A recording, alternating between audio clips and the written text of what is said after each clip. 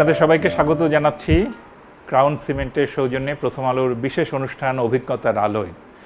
আজকে আমি এসেছি আমাদের সবার শিক্ষক, আমি বলবো বাংলাদেশেরই একজন অগ্রগণ্য পথিকৃৎ ব্যক্তিত্ব এবং শিক্ষক, ঢাকা বিশ্ববিদ্যালয়ের ইংরেজি বিভাগের অধ্যাপক, এখন এমিরেটাস অধ্যাপক সিরাজুল ইসলাম চৌধুরী স্যারের কাছে। তিনি একই সঙ্গে অধ্যাপনা করেছেন, অনেক বই লিখেছেন, নিয়মিত পত্রিকায় কলাম লেখেন এবং এই দুর্দিনে ক্রান্তিকালে আমাদের একটা উজ্জ্বল বাতিঘর।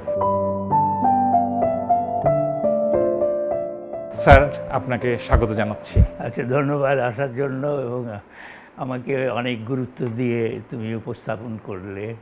ঠিক আছে, আমরা স্যার এই অনুষ্ঠানে প্রধানত জীবনটাই জানতে চাই, জীবনের অভিজ্ঞতা।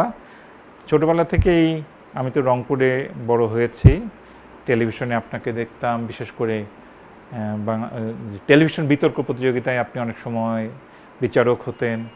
এরপরে আপনার লেখা গাছ পাথর সংবাদে পড়েছি, আপনার অসাধারণ গদ্যশৈলীর আমরা সবাই ভক্ত। আর আপনার বই আমার পিতার মুখ পড়ে আমি তো অভিভূত। এই অনুষ্ঠানের জন্য একটু বিশেষভাবে পড়লাম।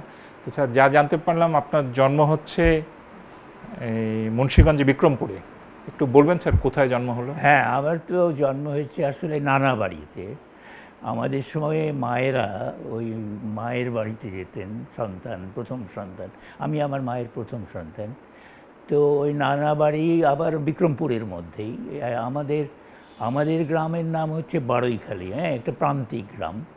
আর আমাদের গ্রামের পরেই হচ্ছে আড়িয়েল বিল। আড়িয়েল বিলের ওপারে হচ্ছে নানা বাড়ি। তো আড়িয়েল বিলটা একটা বিরাট ব্যাপার, পদ্মা নদীর মদনেই। এবং সেই সময় আমাদের মনে হতো যেন সমুদ্র দেখছি বর্ষার সময়। তো এই কিন্তু অন্য সময় অতটা না, দূরত্ব বেশি না। তো নানা বাড়িতে জন্ম হলো। তারপরে এটা হলো আমার জন্ম 1936 সালে, 23শে জুন। হ্যাঁ, 23শে জুন। অতি শৈশবটা বিক্রমপুরে কাটানোর পরে রাজশাহীতে গেলেন? চলে গেলাম ওই 42 সালে, কারণ আব্বা রাজশাহীতে পোস্টেড। হ্যাঁ, ওইখানে কোন স্কুলে কোন ক্লাস পর্যন্ত পড়লেন? ওখানে যে আমি এখানে ক্লাস 1-এ পড়তাম। হ্যাঁ, আমাদের এখানে একটা পাঠশালা। তো ওখানে গিয়ে আব্বা আবার কেমন ওদের সাথে কথা টথা বলে ঠিকঠাক করলো। আব্বা আবার খুব পড়াশোনার উপর জোর দিতেন। তিনি মনে করতেন, তিনি খুব বাস্তববাদী ছিলেন। তিনি এইটা জানতেন যে দাঁড়াতে হলে, সন্তানদের দাঁড়াতে হলে লেখাপড়া করতে হবে। তাদের তো আর বিত্ত সম্পত্তি নেই, কিছু নেই, ভরসা করার জায়গা নেই। তো উনি আবার আমাকে ক্লাস 3-তে ভর্তি করিয়ে দিলেন, মানে 1 থেকে। আপনার আব্বার নাম তো হাফিজউদ্দিন চৌধুরী? হাফিজউদ্দিন চৌধুরী। আর আপনার আম্মার নাম হচ্ছে আসিয়া খাতুন? আসিয়া খাতুন, হ্যাঁ। তো তখন আমি ওই লোকনাথ হাই স্কুলে ভর্তি হলাম। তো কলেজের স্কুল আর লোকনাথ হাই স্কুল পাশাপাশি। তোমার কি ধারণা আছে? ধারণা আছে, জি। তো এই যে রাস্তায় হয়তো লোকনাথ হাই স্কুল একটু পুরনো, কলেজের স্কুল বড়। কিন্তু কলেজের স্কুলে না ভর্তি করে লোকনাথে কেন ভর্তি করলেন, এই রহস্য আমার কাছে পরে পরিষ্কার হয়েছে। যে আমার সার্টিফিকেট যে প্রাইমারি স্কুলের ক্লাস 1 থেকে ক্লাস 2-তে প্রমোশন পেয়েছি, উনি আমাকে ক্লাস 3-তে ভর্তি করছেন। তো ওই যে লোকনাথ স্কুলেই এটা সম্ভব, প্রাইভেট স্কুলে। তবে এইটার জন্য আমার আব্বার ওপরে চাপ পড়ে গেল যে তাকেই আমাকে ক্লাস 3-র উপযুক্ত করে তুলতে হলো। তো আমি আমরা ওখানে 3 থেকে আমরা 1946-এর শেষে, তখন আমি ক্লাস 7-এ পড়ছি, 7 থেকে 8-এ উঠেছি। 8-এ উঠেছি। তো 8-এ উঠে ওইখানে আব্বা তখন কলকাতাতে, তখন আবার চাকরির একটা মুসলমানদের ওই 42 সালের পর থেকে একটা ওই যে চিত্তরঞ্জনের যে একটা বেঙ্গল প্যাক্ট হয়েছিল, সেই প্যাক্টের কারণে ওই 50-50 চাকরি, হিন্দু 50, মুসলমান 50। তো আব্বা ওই প্রমোশনের জন্য পরীক্ষা দিলেন একটা। তিনি ছিলেন কমার্শিয়াল ট্যাক্সেস দেন, হ্যাঁ, তখন ইনকাম ট্যাক্স তখন বলা হতো কমার্শিয়াল ট্যাক্সেস। তো ওইখানে চাকরি দিয়ে উনি কোটার মধ্যে প্রমোশন পেয়ে গেলেন, অ্যাকাউন্টেন্ট হলেন। তো আমরা এই 46-এর দাঙ্গার পরে আমরা কলকাতায় চলে গেলাম। কলকাতায় চলে গিয়ে আমি ক্লাস 7 পাস করে 8-এ উঠেছি। 8-এ উঠার পরে গেলাম, অর্থাৎ 8-এর ভর্তি হলাম কলকাতায়। কিন্তু কলকাতায় আমরা 7 মাস থাকতে পারলাম। তারপরে 47 এসে গেল। ওইখানে যে এই পার্টিশন হয়ে গেল, 3রা জুন ঘোষণা হলো 47-এ। দাঙ্গার পরে গেছি আমরা। 47-এর পরে আমাদের পার্টিশন হলো, তারপরে আমরা চলে এলাম। বাবা অপশন দিয়ে ঢাকায় এলেন। তারপর থেকে আপনারা ঢাকায়? আমরা প্রথমে গ্রামে গেছি। হ্যাঁ, মানে ওই কলকাতা থেকে বিক্রমপুরের গ্রামে গেছি, নানা বাড়িতে উঠেছি। তো এখন নানা বাড়িতে যে অভিজ্ঞতাটা হলো, সেটা একটা চমৎকার অভিজ্ঞতা। এটা আমি পরে বুঝেছি তার তাৎপর্য, যে সবাই কলকাতা থেকে, চাকরি কিন্তু কলকাতায়। এরা আমার মামা বাড়ির লোকরা যারা চাকরি করতেন তারা কলকাতায়, আর যারা ওখানে আছেন স্থানীয়, যারা জমি টমি দেখেন এবং ওইখান থেকে তাদের জীবিকা নির্বাহ হয়। তো এইখানে আমরা এসে দেখলাম যে ওইখান থেকে যারা এসছে, একটা তো দেশভাগ আমাদের অপ্রত্যাশিত ছিল, একেবারে আমরা ভাবিই নেই। আমরা মানে ভেবেছি যে কলকাতায় আমরা গেছি, বাসা পেয়েছি খিদিরপুরে। হ্যাঁ, তো এখানে থাকবো, এখানে পরীক্ষা দেব, ভালো ফল করতে পারলে প্রেসিডেন্সি কলেজে ভর্তি হব, এইগুলো আমাদের ধারণা। তো এখন গ্রামে চলে এলাম, ঠিক আছে।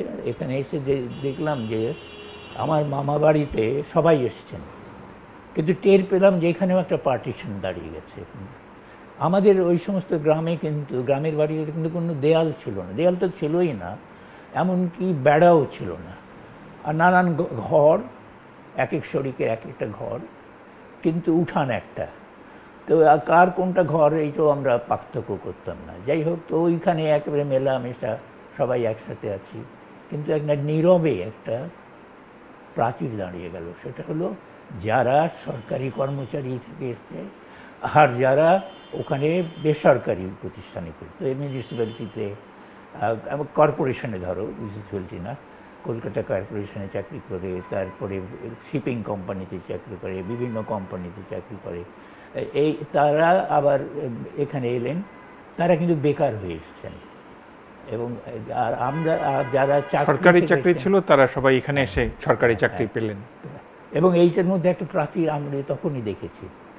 আর যেটা হলো যে স্বাধীনতার কোনো উল্লাস আমরা পেলাম না। আমরা স্বাধীনতার যে কীভাবে আমরা গ্রহণ করলাম স্বাধীনতাকে 14ই আগস্ট, সেটা হলো যে আমাদের ওই নানাবাড়ি পদ্মাপাড়ে, হ্যাঁ, তো আমরা ভাগ্যকুল এখানে, তো পদ্মাপাড়ে আমরা নৌকা করে সবাই গেছি। ওই প্লাটুনের ওপরে নৌকায় দাঁড়িয়ে আছি, হাতে পাকিস্তানের নিশান, আমরা আওয়াজ দিচ্ছি পাকিস্তান জিন্দাবাদ, কায়েদে আজম জিন্দাবাদ, নারায়ে তাকবীর, এগুলো আওয়াজ হচ্ছে। স্টিমারে করে যেন স্বাধীনতা আসছে, এরকম একটা ভাব। গোয়ালন্দ থেকে স্টিমার আসছে, তার সামনে পথ করে পাকিস্তানের পতাকা উঠছে, আর ছোট দড়ি দিয়ে কাগজের যে পাকিস্তানের পতাকা তোলা হয়েছে, ওরা স্টিমারটা যখন আসছে ওখান থেকে উপরের যাত্রীরা আওয়াজ দিচ্ছেন ওই স্লোগানগুলো, আমরা আবার এখান থেকে এই স্লোগানগুলো দিচ্ছি। তারপরে স্টিমারটা চলে গেল, হ্যাঁ, যাত্রীদের ওঠানামা করলো, একটা স্তব্ধতা এলো। এবং আমার মনে হলো, সেটা আমি পরে উপলব্ধি করেছি, তখনই আমার একটু মনে হয়েছে যে কেমন স্তব্ধতা একটা। কেননা ওই জায়গাগুলোতে তো হিন্দু সম্প্রদায়ের মানুষ ছিলেন, তাদের জীবনেতে, তাদের জন্য তো স্বাধীনতা বিপদ। এবং আমাদের জন্য যারা আমাদের আত্মীয় স্বজন বেকার হয়ে যাবেন এই সংখ্যা নিয়ে এসেছেন, তারাও কিন্তু উল্লসিত হতে পারছেন না। তো এই স্বাধীনতার উল্লাস আমরা দেখিনি। এবং তারপরে বড় সমস্যা হলো যে, হ্যাঁ, আব্বাদের প্রথমে জানলাম যে তিনি চলে গেলেন ঢাকায় খোঁজ নিতে, এবং তিনি জানতে পারলেন যে তার অফিসের জায়গা ঢাকায় হয় নাই, স্থানের অভাবে, বাসা ভাড়ার অভাবে, ওটা ময়মনসিংহে হয়েছে। তো আমরা ময়মনসিংহে গেলাম। আমরা ময়মনসিংহে আগস্ট মাসের শেষের দিকে গেলাম। ওইখানে যেয়ে আমি আমার 2 ভাইকে ভর্তি করা হলো কলেজিয়েট স্কুলে, মানে ওখানে যেটা ইয়ে কলেজিয়েট স্কুল, জেলা স্কুল বলতো, হ্যাঁ, হ্যাঁ। এটাকে কলেজিয়েট স্কুল বলতো না, জেলা স্কুলে ভর্তি হলাম। জেলা স্কুলের ওখানে আমার ম্যাট্রিক পরীক্ষার জন্য ওখানে থাকবো হয়তো ঠিক হয়েছিল, কিন্তু অফিস আবার ঢাকাতেই পাওয়া গেল। তখন আমরা 8 থেকে পরীক্ষা দিয়ে 9 উঠে ঢাকায় এলাম। ঢাকায় এসে সেন্ট গ্রেগরিতে ভর্তি হলেন। এবং ঢাকায় এসে খুব ঢাকা কিন্তু আমাদেরকে গ্রহণ করার জন্য একেবারেই প্রস্তুত ছিল না। হ্যাঁ, কেননা ঢাকায় কোনো বাসা বাড়ি ছিল না, ভাড়া দেবে এই একটা যে সংস্কৃতি সেটা ছিল না। কলকাতায় তবুও বাসা পাওয়া গেছে, ঢাকায় কোনো বাসা নেই। আচ্ছা, এখন কী হবে? আত্মীয়ের বাসায়, আমার মনে আছে বাড়ির কথা, এটা হচ্ছে এই নাজিরা বাজার। হ্যাঁ, নাজিরা বাজার হচ্ছে ফুলবাড়িয়া রেল স্টেশন ছিল, তার কাছেই বংশালের একটু আগে 1 নম্বর নাজিরা বাজারে আমাদের আত্মীয়ের একটা, তারাও থাকতেন, ভাড়া থাকতেন। তাদের একটা দালান ছিল, 2টো দালান, একটা সামনে দালান, একটা পেছনের দালান। পেছনের দালান ছোট ছোট দালান, ওইটাতে আমাদেরকে দিলেন থাকতে। ওইখানে গিয়ে আমরা উঠলাম। একটা ভাড়া টাড়ার প্রশ্ন না, আশ্রয়ের প্রশ্ন। ওখান থেকে আমরা গেলাম মৌলভীবাজারে, আরেকটা, সেটাও আরেক আত্মীয়ের বাসায় একতলাতে। তো ইতিমধ্যে আব্বার সবসময় একটা ধারণা ছিল যে মিশনারিদের স্কুলে ভালো পড়াশোনা হয়, সেজন্যে উনি কলকাতাতে আমাদেরকে ভর্তি করেছিলেন সেন্ট বার্নাবাস স্কুলে, কিদিরপুরে। হ্যাঁ, তো ওইখান থেকে এসে ঢাকায় মিশনারিদের স্কুল সেন্ট গ্রেগরিস, আবার সেটা ভালো স্কুলও বটে, ওখানে নিয়ে গেলেন। আমাদের হেডমাস্টার ছিলেন ব্রাদার জুড, খুব হাসি খুশি মানুষ। ব্রাদার জুড আরেকজনের শিক্ষকের কাছে দিলেন যে আপনি একটু দেখেন তো এদের কাগজপত্র পরীক্ষা করে। তো পরীক্ষা করে দেখে আমাদের 2 ভাইকে, আমি ক্লাস 9-এ, আমার ভাই ক্লাস 7-এ। আপনারা কি 2 ভাই? না, আমরাও অনেক অনেক ভাই পড়ে, আমরা 2 ভাই ভর্তি হলাম। আর মোট আপনার কয় ভাই বোন স্যার? আমরা শেষ পর্যন্ত দাঁড়িয়েছিল আমরা 13 জন। আমরা 13 ভাই বোন। 13 ভাই বোনের মধ্যে কয়জন, 9 জন হচ্ছে ছেলে, আর 4 জন, না বাকি থেকে 4 জন থাকে, তারা হচ্ছে বোন। তারা কি সবাই এখনো আছেন জীবিত?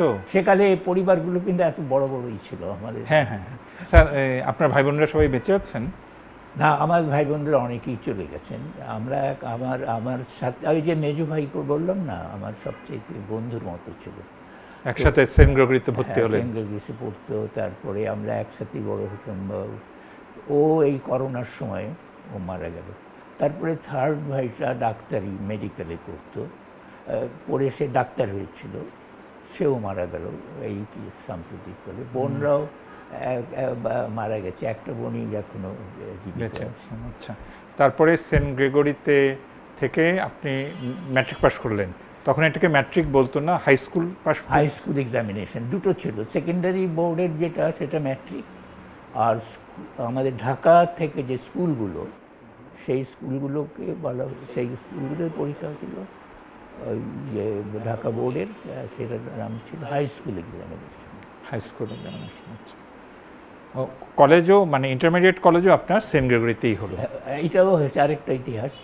তার আগে আমি একটা কথা বলতে চাইবো, আমার জীবনের খুব খুব দুঃখজনক এবং অত্যন্ত মর্মান্তিক হতে পারতো, সেটা হয়তো আমি বছর ম্যাট্রিক পাসই করতে পারতাম না। তো ঘটনা হলো এই যে ওইখানে ঢাকা তখন সেকেন্ডারি বোর্ডেরও পরীক্ষা হচ্ছে, ঢাকা বোর্ডেরও পরীক্ষা হচ্ছে। কেমন, এখন ঢাকা বোর্ডের যে পরীক্ষা সেটাতে আমাদের স্কুলের ঢাকা গিয়ে, আর সেকেন্ডারিটা হচ্ছে ম্যাট্রিক। হ্যাঁ, তো খবরের কাগজে পাকিস্তান অবজারভার পত্রিকাতে বেরিয়েছে, রোল নাম্বার অনুযায়ী ডিস্ট্রিবিউশন বেরিয়েছে। তো আমি দেখলাম যে আমারটা পড়েছে এই আরমানিটোলা স্কুলে। কেমন ওমা, এখন আমার বেশ ভালোই লাগছে যে আমরা তখন আজিমপুর কলোনিতে থাকি। আজিমপুর কলোনি হচ্ছে সরকারি কর্মচারীদের, ওখানে চলে গেছি। এই যে বেগম বাজার থেকে ওখানে চলে গেছি। তো আমি ভাবছি যে ওই যে আমাদের বন্ধুরা সব এদিকে আসবে, এবার আরমানিটোলা আমাদের এদিকে আসবে। তো আমি রিক্সা করে চলে গেছি ওই স্কুলে, গিয়ে দেখি একটাও পরিচিত মুখ নাই। ও বাবা, কী কী কী তারপরে ওখানে দেখলাম ওয়াসেক সাহেব, তিনি ডিস্ট্রিক্ট বোর্ড স্কুল বোর্ডের সভাপতি, তিনি ঘোরাঘুরি করছেন। তখন আমার স্ট্রাইক করলো, আরে এ তো তাহলে অন্য পরীক্ষা। উনি যখন এসছেন, আমি দৌড়ে গেলাম। আমার বন্ধু শফিক রেহমান, ও আমার ক্লাস স্কুলের বন্ধু, আমরা একসাথে পড়েছি। ওদের বাসা আবার স্কুলের কাছেই। আমি দৌড় দিয়ে ওই শফিকদের বাসায় গেছি। শফিকদের বাসায় যেয়ে ওদের বাড়ির সামনে যে লোকরা আছেন তাদের জিজ্ঞেস করছি, শফিক কোথায়? ও তো পরীক্ষা দিতে চলে গেছে। কোথায় পরীক্ষা দিতে গেছে জিজ্ঞেস করছি, বলছি যে সদরঘাটের দিকে, স্কুলের নাম জানি না। ও মা, আমি যা ভয় পেয়েছি। তারপরে ভাগ্যিস আব্বা আমার কাছ থেকে টাকা গুঁজে দিয়েছিল, আমি নিতে চাই নাই, কেননা টাকা আবার কিসের লাগবে বেশি। দুপুরে আমার মেজো ভাই, তখন কিন্তু পরীক্ষা এক সপ্তাহের মধ্যে শেষ হয়ে যেত, সকালে একটা বিকালে একটা, দুপুরে আমার ভাই আবার খাবার নিয়ে আসবে। তারপরে আমি দৌড় দিয়ে রিক্সা নিয়েছি, একটা রিক্সা নিয়ে সদরঘাটে গেছি। সদরঘাটে গিয়ে প্রথমে কলেজের স্কুল, সেখানে গেলাম, না সেখানে নাই। তো কলেজের স্কুলে নাই যখন, তখন আমার আরেকটাই হচ্ছে, আমি দৌড়ে আমাদের সেন্ট গ্রেগরি স্কুলের দিকে রওনা দিয়েছি, যে ওইখানে নিয়ে গেলে নিশ্চয়ই খবর পাবো। ওখানে গিয়ে দেখি যে আমাদের সহপাঠীরা সবাই আসছে। কোথায়? ও তখন ইসলামিক ইন্টারমিডিয়েট কলেজ ছিল, যেটা এখন কবি নজরুল কলেজ, ওইখানে সিট পড়েছে। তো ওইখানে যেয়ে ওই পরীক্ষা দিতে পারলাম, নাহলে তো আমি ওই বছর সময়ের মধ্যে গিয়ে পৌঁছতে পেরেছিলেন। হ্যাঁ, দারুণ ভয় পেয়েছিলাম। আপনার বইয়ে স্যার আছে যে আপনার আব্বা সাধু ভাষায় লিখবে নাকি চলিত ভাষায় লিখবে? হ্যাঁ, ওই ম্যাট্রিকের প্রথম দিন তো ইংরেজি পরীক্ষাটা হলো, তারপরে দ্বিতীয় দিনে যখন বাংলায় পরীক্ষা দিতে যাচ্ছি, তখন আমার আব্বা আমাকে জিজ্ঞেস করছে, কী ভাষায় তুই লিখবি, কী ভাষায় লিখবি? আমি তখন আবার সাহিত্য চর্চা করছি, হাতে লেখা পত্রিকা বই করি, আবার মুকুরের মহফিলে লিখেছি। তো আমি বলছি, দেখ আমি তো চলতি ভাষায় লিখবো। বলে, লিখবি তো বটে, কিন্তু তোর টিচার যদি না বোঝে, টিচার যদি মনে করে যে এটা ঠিক না, এটা অশুদ্ধ। আমার মাথা আবার গরম হয়ে গেল। তো আমি আর তর্ক করলাম না, আমি বললাম মেনে নিলাম বাবার কথা। তো যে আবার ওই আমার যে অভ্যাস, সেই অভ্যাস বদল করে ওই যে তথাকথিত সাধু ভাষায়, সে ভাষায় লিখলাম। লিখে পরীক্ষা দিতে পারলাম। এবং আব্বা ইতিমধ্যে, আমার মেজো ভাই এবার স্কুলে গেছে আরমানিটোলায়, যে দেখেন আমি নাই, ও ঘাবড়ে গেছে, আব্বার অফিসে ছুটে গেছে। আব্বা সেক্রেটারিয়েটে তার কাজ করেন, ওই যে এজেন্ট বিল্ডিংসে। আব্বা আবার ফোন টোন করে জানতে পেরেছেন যে এটা আমাদের কোথায় পড়েছে। স্যার ইডেন বিল্ডিং এটা কোনটা স্যার? এখন যেটা ইডেন কলেজ সেটা না তো? সেটাই সেটা ইডেন কলেজের জন্যই ওই বিল্ডিংগুলো ছিল, টিনের ঘর তখন। ওইখানে সেক্রেটারিয়েট ছিল? ওইটাই সেক্রেটারিয়েট হয়েছে। 46, 47, 48 সালে ঢাকার অবস্থা বেশ করুণই ছিল নাকি? খুবই করুণ। আচ্ছা, আমি যেটা তাহলে ওই আমাদের ময়মনসিংহ থেকে ঢাকায় আসছি, কেমন ঢাকায় এসে যখন ফুলবাড়িয়াতে নামলাম, তখন তো ডিসেম্বরের শেষ সময়, আবছা শীত ধোয়া। এবং আমার মেজো ভাইটা ও খুব স্পষ্টকাতর ছিল। ও পরে বলেছে ফুলবাড়িয়াতে নেমে আমার কান্না পেয়েছিল, কেননা কোথায় শিয়ালদা থেকে এলাম, আলো প্রশস্ত, কত মানুষ ওঠা যাওয়া করছে, আর এইখানে এসে দেখি যে ছোট অন্ধকার, ধোঁয়া। এবং আমরা যখন এলাম তখনই স্টেশনটা একটু জেগে উঠলো। তারপরে আমরা ট্রেনটা আবার নারায়ণগঞ্জের দিকে যখন চলে গেল, স্টেশনটা মনে হলো পাশ ফিরে শুয়ে পড়লো। বেরিয়ে এসে ঘোড়ার গাড়িওয়ালার সাথে দরদাম করা, এবং সেইখানে আবার এই দুর্গন্ধ, অন্ধকার। তারপরে কোথায় যাব, যে বাসাও আমরা জানি না কোথায়, আব্বাই শুধু জানেন। সেখানে যে উঠলাম, এবং ঢাকা শহর মোটেই প্রস্তুত ছিল না অভ্যর্থনার জন্য। আবার ওখানে আমরা ট্রামে চড়েছি, গড়ের মাঠে গেছি, এখানে কিছু নাই। তো আমরা হেঁটে হেঁটে স্কুলে যেতাম, এবং মুড়ির টিন বলা হতো বাসগুলোকে। ওই বাসে আমাদের দরকার হতো না, কেননা আমরা তো নাজিরা বাজার থেকে সেন্ট গ্রেগরি স্কুলে হেঁটেই যেতাম, হেঁটেই ফিরতাম। আবার যাওয়া, এটা কিন্তু তখন ছিল, এটা খুব এই ঘটনা। ঢাকা শহর বেশ সাম্যবাদী শহর। তো এইখানে স্কুলে আমি কোনো গাড়ি নিয়ে, এটা আপনি লিখেছেন যে আপনার বড়লোক বন্ধুরাও সবাই, হ্যাঁ, এমনকি এই যে আমার আনোয়ারুল আমিন, আমার বন্ধু সহপাঠী, নুরুল আমিন সাহেবের ছেলে। নুরুল আমিন তখন মুখ্যমন্ত্রী, বর্ধমান হাউসে থাকে। হ্যাঁ, তো ও কিন্তু বাসে চড়ে যেত, এই অর্থে যে ওকে ওই বর্ধমান হাউসের গেটে যারা থাকতো তারা ওই বাসের সাথে ব্যবস্থা করে দিয়েছিল যে ড্রাইভারের পাশেও বসতে পারবে। ও ড্রাইভারের পাশে বসে ওই লক্ষ্মীবাজারে যেয়ে নামতো, নেমে আবার ফেরার পথে ওই আবার ড্রাইভারের পাশে বসেই আসতো। ও কিন্তু কিছুতেই মনে করতো না যে সে একটা মুখ্যমন্ত্রীর ছেলে, কিন্তু তার বাড়ি বিরাট বড়, কিন্তু যাতায়াতের সময় আমরা ওই হেঁটে যারা যেতাম, ওখানে সব স্কুল কিন্তু সদরঘাটে, সেক্রেটারি ওখানে কাচারি, কোর্ট সব সদরঘাটই হচ্ছে প্রাণকেন্দ্র। এবং আমরা যখন যেতাম মনে হতো যেন প্রসেশন, একটা মিছিল যাচ্ছে স্কুলে, সব স্কুলের ছেলেরা যাচ্ছে, আবার ফিরছে যখন আবার আরেকটা মিছিলে যাচ্ছে। ঢাকা কলেজে ওই দিকে ছিল স্যার? ঢাকা কলেজ ছিল ফুলবাড়িয়া স্টেশনের পাশে। ঢাকা কলেজ খুব নড়বড়ে অবস্থায় ছিল। ঢাকা কলেজে তখন কতগুলো বাড়ি, ছোট ছোট স্যার আইয়ুব খানের বইয়ের মধ্যে আছে যে উনি যখন প্রথম ঢাকায় এলেন উনি দেখেন যে কিছুই নাই, এই কতগুলি বাঁশের। তারপরে স্যার 52 সালের বর্ণনাগুলি যে আমরা পাই, যে ওই যে মেডিকেল ছাত্রাবাসে যে পিকেটিং হচ্ছে, গুলি হচ্ছে, ওগুলি নাকি স্যার বাঁশের তৈরি স্যার? ওইগুলো ছিল ব্যারাক। এই ব্যারাকগুলো তৈরি হয়েছিল, Nilkhet barrack, Palashi barrack. Medical কলেজের ওই আবাসিকগুলো ব্যারাক ছিল। মেডিকেল কলেজ তো আগে স্কুল ছিল, পরে মেডিকেল কলেজ হচ্ছে। ওইগুলো ছিল ব্যারাক। ওই যে যুদ্ধের সময়ে ঢাকাতে সৈন্যদের থাকার জন্য এই ব্যারাকগুলো তৈরি করা হয়েছিল। তো ওই ব্যারাকগুলো তো যুদ্ধের পরে, সে ব্যারাকগুলো কিসের তৈরি ছিল? বাঁশেরই। বাঁশের, এবং ওপরে টিন ছিল, নিচে বাঁশের ছিল, এবং মেঝেটা পাকা ছিল। তো এইটা ওই পলাশী ব্যারাকও তাই, নীলক্ষেতেও ব্যারাক ছিল। পলাশী ব্যারাকটা ছিল কর্মচারীদের, নীলক্ষেতেও কর্মচারীদের। আর আমরা প্রথম একটা আবাসিক মুক্তি পেলাম আজিমপুরে এসে। তো আজিমপুরে অনেকগুলো বাড়ি হয়েছে, বাড়ির সংখ্যা বাড়লো। এখানে 500 পরিবার থাকতো। হ্যাঁ, 500 পরিবার, মধ্যবিত্ত, সকলেই সরকারি কর্মচারী। এখানেই ছেলে মেয়েরা সব বড় হচ্ছে, স্কুল কলেজে যাচ্ছে। আমি ম্যাট্রিক পাস করলাম ওখান থেকে। তারপরে আপনি স্যার নটরডেম কলেজে ভর্তি হলেন? আমি সেন্ট গ্রেগরিতে ভর্তি হলাম। কলেজ এইটা আবার সেন্ট গ্রেগরিতেই, স্কুল থেকে কলেজ হলো রূপান্তরিত ওইখানে একই ক্যাম্পাস। এবং আমার খুব দুঃখ হলো, কারণ আমি ভর্তি হবো ঢাকা কলেজে, আমার সব বন্ধুরা ঢাকা কলেজে ভর্তি হয়েছে। তো আমি ওই ভর্তি ফর্মটা নিয়েছি। আব্বা আবার ওই যে মিশনারি, এবং স্কুলই তখন কলেজ খুলেছে, নাম দিয়েছে সেন্ট গ্রেগরিস কলেজ। আমরা দ্বিতীয় ব্যাচ, কিন্তু আমরাই প্রথম ব্যাচ। আসলে প্রথম ব্যাচের ছেলে তেমন সংখ্যা খুব অল্প ছিল।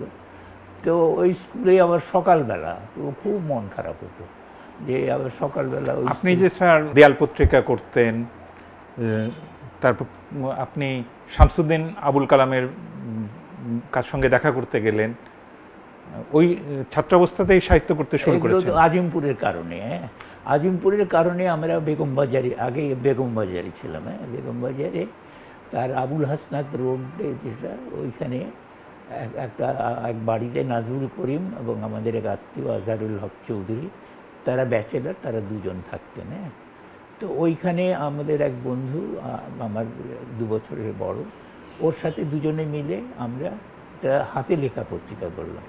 হাতে লেখা পত্রিকা কিন্তু প্রথমে আমরা স্কুলে থাকতে, ক্লাস 10-এ থাকতে, ক্লাস 10-এর লাস্ট বেঞ্চের ছেলেরা একটা হাতে লেখা পত্রিকা বার করলো, নাম দিল লাস্ট বেঞ্চ। ওরা 5-10 জন এরকম মিলে, ওরা ওই হিন্দু সম্প্রদায়ের, ওরা অ্যাডভান্স ছিল। তো আমার শফিক একটা, তার দেখা দেখি সচিত্র 10 বলে একটা পত্রিকা বার করলো, হাতে লেখা। এটা কি স্যার একটাই কপি হতো নাকি একটাই হাতে হাতে ঘুরতো? তো সচিত্র 10 মানে হচ্ছে আরেকটা পত্রিকা তখন বেরোতো ইয়ে থেকে, অনেক সাপ্তাহিক পত্রিকা, সচিত্র ভারত। হ্যাঁ, ওই সচিত্রটা ওখান থেকে নিয়ে 10 এটা নিয়ে ওই সচিত্র ট্রেনও বের করেছে। ও হচ্ছে প্রধান লেখক সম্পাদক, আমি হচ্ছে দ্বিতীয় লেখক। তারপরে আমরা ফোয়ারা নামে, আমরা ওই যে আবুল হাসনাত রোডে আমাদের বন্ধুদের সাথে মিলে ফোয়ারা নামে হাতে লেখা পত্রিকা বার করলাম। এখানে আজিমপুরে এসে আমরা একটা আজিমপুর কলোনি ছাত্র সংসদ এটা হয়েছে। মুকুল ফৌজও ছিল, কিন্তু আমার বয়স একটু স্কুল কলেজে চলে এসেছি, তো এখন আর স্কুলে মুকুল ফৌজে নাই। তো আমরা আজিমপুর কলোনি ছাত্র সংসদ করলাম। সেখান থেকে ঝামেলা নামে একটা পত্রিকা, হাতে লেখা পত্রিকা বার করলাম। আবার একটা দেয়াল পত্রিকাও বার করলাম। দেয়াল পত্রিকা মানে দেয়াল কোন দেয়ালে টানাবো, অনেক তো দেয়াল কোনটায়, আমরা ওইটাকে নাম দিলাম বাঁশ পত্রিকা। তো মাঠের মধ্যে একটা বাঁশ পুঁতে ওর মধ্যে বিকেলবেলা ঝুলিয়ে দিতাম দেয়াল পত্রিকার বদলে বাঁশ পত্রিকা। আর ওখানে একটা বোর্ডের মধ্যে টানিয়ে ওইটা টানিয়ে দিতাম। ঝামেলা আমরা ছাপিয়ে বের করেছিলাম, মনে হয় যে আমরা তো 50 সালে গেছি, 51 সালে আর একটা হাতে লেখা পত্রিকা আমরা বের করেছি, আমি সম্পাদনা করেছি। এটা খুব উচ্চমানের পত্রিকা ছিল। ঢাকা কলেজের ছাত্ররা, এই যে আলাউদ্দিন আল আজাদ তখন ছাত্র, হাসান হাফিজুর রহমান তখন ছাত্র, শামসুর রহমান তখন ছাত্র, এরা আমাদের 3-4 বছরের বড়। ঢাকা কলেজের তারা ওই 48-এর পরেই হাতে লেখা পত্রিকা রাঙা প্রভাত বের করেছিল। রাঙা প্রভাতের সম্পাদনার সাথে হাসান হাফিজুর রহমান এবং আমাদের কলোনিতে থাকতেন তার সহপাঠী সৈয়দ আব্দুল কাদের, তিনি যুক্ত ছিলেন। তো হাসান ভাই তখন ইউনিভার্সিটিতে চলে এসছেন, তারা হাতের লেখা পত্রিকা বার করবেন না। তো ওই পত্রিকাটা আমাদের কাদের ভাই বললেন যে তাহলে আমাকে বললো যে তুমি তো লেখাশেখার উৎসাহী, তুমি এইটা বের করো। হাতে লেখা রাঙা প্রভাতের 2য় সংখ্যা আমি সম্পাদনা বেরোলো। লেখাগুলো কিন্তু হাসান ভাই জোগাড় করে দিয়েছিলেন। আমাদের 2-একটা লেখা ছিল, এবং সেখানে এই শামসুর রহমানের লেখা, সৈয়দ আতিকুল্লাহর লেখা এবং মনির চৌধুরীর একটা ছোট গল্প, আগে তখনও হাতে কোথাও প্রকাশিত হয়নি, ন্যাংটার দেশে। এই গল্পটা কিন্তু আমাদের ওই হাতে লেখা পত্রিকায় আমরা প্রকাশ করেছিলাম। মনির চৌধুরী স্যার আপনার বড়? অনেক বড়, অনেক বড়। হ্যাঁ, মনির চৌধুরী তো আমাদের শিক্ষক ছিলেন, এবং মনির চৌধুরী আমাদের কাছে তখন একটা বীর পুরুষ আর কি। জেল খেটে বেরিয়েছেন, একবার জেল খেটে বেরিয়েছেন, ঢাকা বিশ্ববিদ্যালয়ে শিক্ষকতা করছেন, তখনও দ্বিতীয়বার জেলে যাননি। আমরা বিশ্ববিদ্যালয়ে ঢুকেছি 52 সালে, রাষ্ট্রভাষা আন্দোলনের বছরে। সে বছরে উনি জেলে, তখন তিনি জেলে, কিন্তু তার আগেই মনির ভাইকে আমি দেখেছি কার্জন হলে, এবং সেটাও একটা অভিজ্ঞতা। ওই সময় আপনি মিছিলে গিয়েছিলেন? সবকটা মিছিলেই যেতাম আমরা ওই রাষ্ট্রভাষা আন্দোলনের প্রথম দিকে। আর মনির চৌধুরীর প্রসঙ্গে যখন একটু বলবো, এই যে মনির চৌধুরী তো প্রথমে জেলে থেকে বেরিয়ে এসছেন, ঢাকা বিশ্ববিদ্যালয়ে শিক্ষকতা করেন। ইকবাল দিবস হচ্ছিল, এটা 51 সালে হবে, 51 সালে ইকবাল দিবস উদযাপিত হচ্ছিল বিশ্ববিদ্যালয়ের উদ্যোগে কার্জন হলে। কেমন, এখন মনির চৌধুরী ওখানে ইকবালের ওপরে একটা বক্তৃতা দিলেন ইংরেজিতে। হ্যাঁ, উনি তো ইংরেজির অধ্যাপক ছিলেন, এবং সেই বক্তৃতাতে উনি ইকবালের যে লেনিনবাদী কবিতাগুলো আছে, যেগুলোতে উনি প্রায় মার্কসিস্ট, প্রায় কমিউনিস্টদের কাছাকাছি। শুধু একটাই অসুবিধা যে তিনি ওই ধর্মের ব্যাপারে মানতে পারেন না, যে নাস্তিকবাদ প্রচার করে। তো ওইগুলো কোট করে উনি এত সুন্দর একটা বক্তৃতা দিলেন ইংরেজি ভাষায়, যে প্রমাণ করার জন্য যে ইকবাল যে শুধু পাকিস্তানের স্বপ্ন দেখছেন তা না, তিনি সমাজতান্ত্রিক সমাজের স্বপ্ন দেখেছেন। তো ফেরার পথে মনির চৌধুরী যাচ্ছেন, আমিও পিছনে পিছনে যাচ্ছি, সাইকেলে তিনি যাচ্ছেন। তিনি বলছিলেন যে প্রফেসর সাদানি, WH সাদানি, উর্দুর প্রফেসর, উনি মনির চৌধুরীকে চ্যালেঞ্জ দিয়েছিলেন যে ইকবাল দিবসে তো তুমি বক্তৃতা করবা, যেহেতু তুমি তো নিশ্চয়ই তাকে কমিউনিস্ট বানানোর চেষ্টা করবা, তো তুমি তো পারবা না।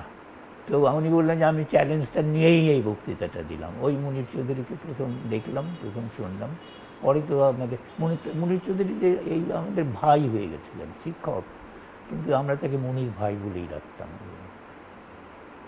21শে ফেব্রুয়ারির দিনটা মনে আছে স্যার আপনার? হ্যাঁ, খুব মনে আছে। 21শে ফেব্রুয়ারি যে কি ঘটবে এটা আমরা জানতাম না, কেমন। আমরা তো ছোট কলেজ, বুঝছো, সকালবেলার কলেজ, ওখানে তো বড় নাই, মিছিল টিছিল করে আসে। আর আমরা থাকি আজিমপুর কলোনিতে। তো আজিমপুরের যে কয়েকজন আমরা ছিলাম তারা সবাই এসছি, আমরা তো বিশ্ববিদ্যালয়ের ছাত্র নই তখনও, আমি তখন আইএ পড়ছি। তো ওই যে এখন যেখানে খেলার মাঠ, ওইখানে আমরা আছি আর কি, দাঁড়িয়ে দেখছি কি ঘটনা ঘটছে। তো তারপরে আমরা ভেতরে ঢুকেছি। ভেতরে ঢুকে কি হচ্ছে, বক্তৃতা হচ্ছে, ওই ছেলেরা বেরিয়ে যাচ্ছে ওই 44 ধারা 144 ধারা ভঙ্গ করে। এর মধ্যে টিয়ার গ্যাস ছুড়লো, কেমন। টিয়ার গ্যাস সম্বন্ধে আমাদের কোনো ধারণা ছিল না, আমাদের চোখ জ্বালা চলতে থাকলো। ওখানে পুকুর ছিল, পুকুর থেকে আমরা পানি টানি দিয়ে চোখ মুছে। তারপরে পিছনে তখন রেল লাইন ছিল, তখন কিন্তু ওই বেড়া টেড়া দেয়াল টেয়াল কিছু নাই। আমরা ওই একটু পার হয়ে বাসায় চলে গেছি। বাসায় গিয়ে শুনলাম যে গুলি হয়েছে। তারপরে আবার এসে দেখলাম যে ভীষণ চাঞ্চল্য এবং এই আন্দোলন শুরু হয়ে গেছে। সলিমুল্লাহ হলের থেকে মাইক্রোফোনে কথা হচ্ছে, আবার মেডিকেল কলেজ থেকে মাইক্রোফোনে কথা। এখানে দুটো আবার ধারা ছিল তখন। সলিমুল্লাহ হলের যে ছাত্র সংসদ, সেটা নির্বাচিত ছিল না, তখন প্রভোস্টের মনোনীত একটা বডি ছিল। তারা আবার অতটা প্রোগ্রেসিভ না, হ্যাঁ, তাদের উপরে ছাত্ররা বিশ্বাস করেনি। আর মেডিকেল কলেজ থেকে যে প্রচারটা হচ্ছিল ওটি আসল প্রচার। তো মেডিকেল কলেজ থেকে আর আমরা যেটা দেখলাম, তো ওখানে একটা শহীদ মিনার তারা তৈরি হয়ে গেল বিকেলের দিকেই, ছোটো ইটি দিয়ে।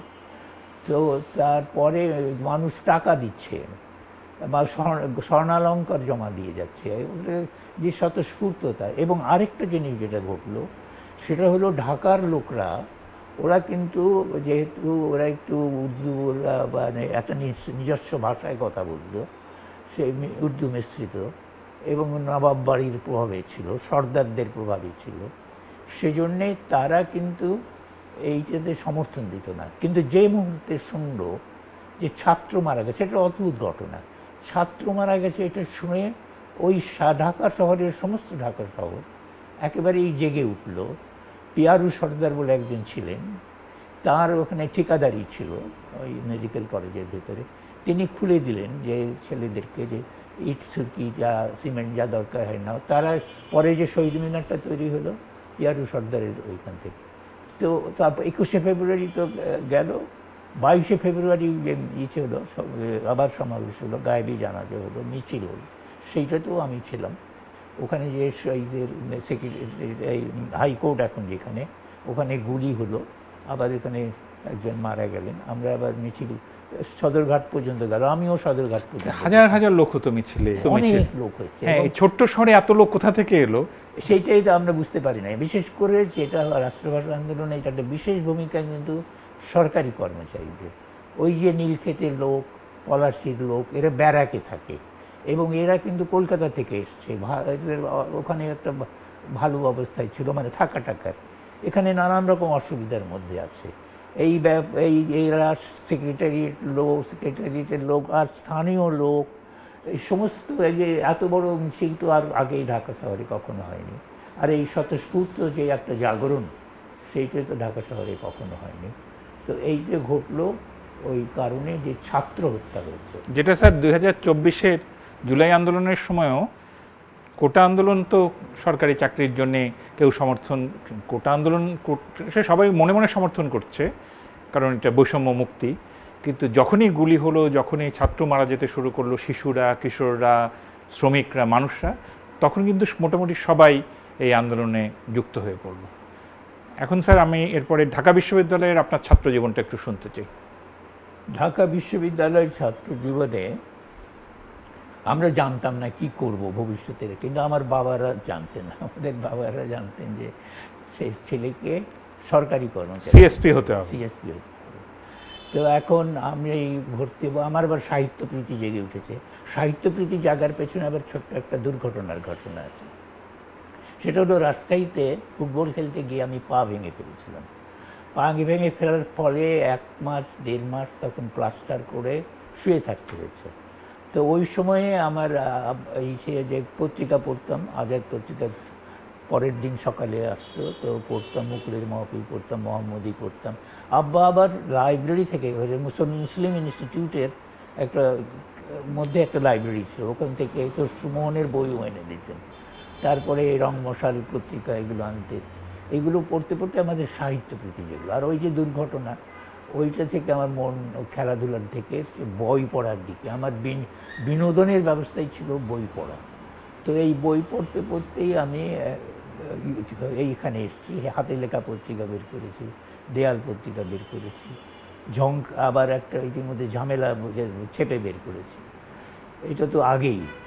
তো ইউনিভার্সিটিতে যখন ভর্তি হব তখন আমি আমি ভাবছি যে আমি সাহিত্য পড়ব, সাহিত্য পড়বো। এটা আব্বাকে আর যে বাংলা পড়বো এটা বলার সাহস পাই নাই, হ্যাঁ। কেননা বাংলা পড়লে উনি বলবেন যে বাংলা তো তুই ঘরেই পড়বি, আবার তুই ইউনিভার্সিটিতে যে পড়ার কি দরকার। আমি বললাম ইংরেজি পড়বো। তা আব্বা বললেন না না ইংরেজি পড়বে না। আব্বা কিন্তু পুঁজিবাদকে বুঝে ফেলেছিলেন। এইটা উনি তো এই অসহায় ছিলেন, একলা ছিলেন, ভাই বোন কেউ ছিল না, কোনো অভিভাবক নেই। আর তার মাও মারা গেছেন, ওই যে আমরা 42 সালে গেলাম না, পরের বছরই মা মারা গেলেন। তো উনি তো বুঝে ফেলেছেন পৃথিবীটাকে, এবং বুঝে ফেলেছেন যে এখানে সরকারি চাকরি ছাড়া ভবিষ্যৎ নেই। তো ওর আমার বাবার সাথে ওই প্রথম একটা বিরোধ তৈরি হয়েছিল যে কোন ভাষায় চলতি না সাধু, সেটা আমি সাধুতে পরীক্ষা দিলেন। এবার একটা দ্বন্দ্ব হলো, এটা একটা বড় দ্বন্দ্ব, যে ইকোনমিক্স পড়তে হবে। আব্বা যদি তোমাকে সিভিল সার্ভিস পরীক্ষা দিতে হবে, উনি এটা বলেন নাই আমাকে, কিন্তু তার মনে আছে যে সিভিল সার্ভিস পরীক্ষা দিতে হবে, ইকোনমিক্স পড়ো, এবং ইকোনমিক্সের পড়ে তুমি ওইভাবে প্রস্তুত হও। তো আমি তো ইকোনমিক্স সিলেবাস দেখলাম, হ্যাঁ। আমাদের সময় এমন একটা অদ্ভুত ব্যাপার ছিল, ইকোনমিক্স পলিটিক্যাল সায়েন্স থেকে আলাদা হয়ে গেছে। শুরুতে কিন্তু পলিটিক্স এবং ইকোনমিক্স একসাথে ছিল ঢাকা বিশ্ববিদ্যালয়ে, এবং পলিটিক্স আর ইকোনমিক্স আলাদা করাটা হচ্ছে ওই যে আমি আর বলি পুঁজিবাদেরই একটা তৎপরতা। ইকোনমিক্সকে আলাদা করে ফেলেছে। ইকোনমিক্স তখন স্ট্যাটিস্টিক্স এবং ম্যাথমেটিক্সের উপরে নির্ভর করে, পরিসংখ্যান জানতে হয়, অঙ্ক করতে হয়। আমি আবার ওইগুলোতে কাছে, আমার আগ্রহ সাহিত্যে। আমি সিলেবাস দেখে বুঝলাম যে এটা আমার বিষয় না। আমি আব্বাকে বললাম আমি পারবো না এটাতে। আমার বন্ধুরা কিন্তু সবাই ইকোনমিক্সে ভর্তি হয়েছে, হ্যাঁ। আবার আমরা যেটা ওই ইয়ে পরীক্ষা দেওয়ার একটা, আমার যে ম্যাট্রিক পরীক্ষা একটা দুর্ঘটনা হচ্ছিল না, আমার আইয়ের রেজাল্ট দেখতে গিয়েও একটা ছোট দুর্ঘটনা হয়েছিল। এটা একটা বলবেন প্লিজ? সেইটা হলো এই যে ওই তখন তো ঢাকা ইউনিভার্সিটি পরীক্ষা নিত, আইএ পরীক্ষা, হ্যাঁ। ঢাকা ইউনিভার্সিটি রেজিস্টার বিল্ডিং ছিল জগন্নাথ হল যেখানে, সেইটাতে ওইখানে বোর্ডে টানিয়ে দিত, সাইক্লোস্টাইল করে রেজাল্ট টানিয়ে দিচ্ছে। তো আইএ পরীক্ষা দিয়েছি, রেজাল্ট দেখতে গেছি। আজিমপুর কলোনিতে থাকি, তো হেঁটে চলে গেছি আজিমপুর কলোনির পরে স্টেট নাম হলো, কলোনি আবার একটু ঔপনিবেশিক শোনায় বলে আমাদের সময় এটা স্টেট হয়ে গিয়েছিল। যাই হোক, ওখানে যেয়ে আমি দেখি ফার্স্ট ডিভিশনের মধ্যে আশা করি থাকতে পারে। ফার্স্ট ডিভিশনে দেখলাম নাই নাম। সেকেন্ড ডিভিশনে দেখি আছে কিনা, সেকেন্ড ডিভিশনেও নাই। থার্ড ডিভিশন আর আমি দেখলাম না, কেননা থার্ড ডিভিশন দিলে তো আবার দিতে হবে, ওটা তো কোনো থার্ড ডিভিশন নিয়ে সারা জীবন চলবে তো হবে না। তো আমি খুব বিষণ্ণ মনে বাসার দিকে ফিরে আসছি, বুঝছো। তো আমার ওই মেজো ভাই, যে আমার বন্ধু বটে, সে আবার তার দুই বন্ধুকে নিয়ে সে যাচ্ছে আবার দেখতে আমাদের পরীক্ষার ফল। তো মাঝপথে দেখা সলিমুল্লাহ হলের ওখানে। তো বলছি এত কী হয়েছে, এত বিষণ্ণ কেন, কান্না মুখ কেন? আমি বললাম নাম নাই। বলে নাম নাই তো হতেই পারে না, চলো দেখি। ও যে দেখলো, ও তো আমি আবার ফার্স্ট ডিভিশন থেকে শুরু করেছি, বুঝছো। আরেকটা পাতায়, প্রথম পাতায় যারা প্রথম 10 জন তাদের নাম আছে। তো ওইটা আমি খেয়ালও করি না, দেখিও নেই। তো ও আরম্ভ করেছে নাম্বার 1, পেজ 1 থেকে। ও দেখে নেমে বলে, আরে তোমার নাম তো, আরে তোর নাম তো এইখানে। আমরা তুই বলতাম, আরে তোর নাম তো এইখানে, চিৎকার করে উঠেছে। আমি দেখি আমার নাম 9 নম্বরে, হ্যাঁ, নবম স্ট্যান্ড করলেন। হ্যাঁ, আর আমার বন্ধু গিয়াসউদ্দিন, যে স্কুলেও আমাদের বন্ধু ছিল, কলেজে আমরা একসাথে পড়েছি, 71-এ শহীদ হবে, 71-এ শহীদ হয়েছে। ও হচ্ছে 10th। তো স্কুল তখনই আমাদের কলেজের নাম লোকে জানতে পারলো যে এরকম একটা কলেজ আছে এবং সেইখানে এরকম ভালো ফলো হয়।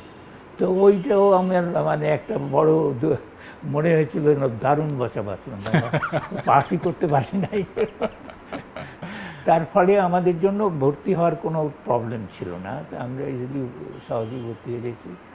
তবে ইকোনমিক্সে ভর্তি হব না ওটা ঠিক করলাম। তো আব্বা বললেন তাহলে ইংলিশ লিটারেচার ভালো, বললেন হ্যাঁ। তো আবার উনি বললেন যে তাহলে সাথে তুমি পলিটিক্যাল সায়েন্স পড়বে এবং পলিটিক্যাল সায়েন্স আর ইকোনমিক্স পড়বে, যে ইকোনমিক্স ছাড়া চলবে না, এটা উনি বুঝেছেন। ইকোনমিক্স পলিটিক্যাল সায়েন্স পড়ো আর সব অনার্স ঠিক আছে পড়ো। উনি মনে করলেন যে সিএসপির জন্য এটা ভালোই, খারাপ হবে না। আপনাদের সময় শিক্ষক কে ছিলেন? আমাদের সময় আমরা যখন প্রথম ভর্তি হই তখন শিক্ষক ছিলেন টার্নার, জে.এস. টার্নার। উনি অক্সফোর্ড থেকে এসেছিলেন। টার্নার সাহেব চলে যাওয়ার পরে সৈয়দ সাজ্জাদ হোসেন হলেন। সৈয়দ সাজ্জাদ হোসেন ছিলেন, খান সারোয়ার মুর্শেদ ছিলেন, বিসি রায় বলে একজন শিক্ষক ছিলেন, প্রবীণ শিক্ষক। একজন খ্রিস্টান শিক্ষক ছিলেন আর.এ. গোমেজ, আর জ্যোতির্ময় গুহ ঠাকুরতা ছিলেন। জ্যোতির্ময় গুহ ঠাকুরতাই কিন্তু আমাদের কাছে সবচেয়ে প্রিয় শিক্ষক ছিলেন। মুনির চৌধুরী আগে শিক্ষক ছিলেন, জেলে গিয়ে বাংলা এমএ পরীক্ষা দিয়ে পাশ করে বাংলা বিভাগে চলে গেলেন। তবুও মুনির চৌধুরী তখনও মানে আমাদের বিভাগে 2-3টা ক্লাস কিছু নিয়েছেন, তার বক্তৃতা আবার শুনেছি, কয়েকটা ক্লাস নিয়েছেন, কিন্তু বাংলায় চলে গেছেন। জ্যোতির্ময় গুহ ঠাকুরতা খুব আমাদেরকে উদ্দীপ্ত করতেন। এবং আমার মনে আছে যে উনি সুইনবার্নের একটা কবিতা পড়াতে গিয়ে রবীন্দ্রনাথের উর্বশী কবিতার সাথে তুলনা করলেন, এবং আমরা তখনই বুঝলাম যে রবীন্দ্রনাথের কবিতা অনেক উঁচু মানের। আমরা কিন্তু আমাদের মানসিকতা ওই যে উপনিবেশিক ইংরেজি সাহিত্য পড়ি, আমরা এলিয়েট এবং ইয়েটসের বাইরে ভাবতে পারি না।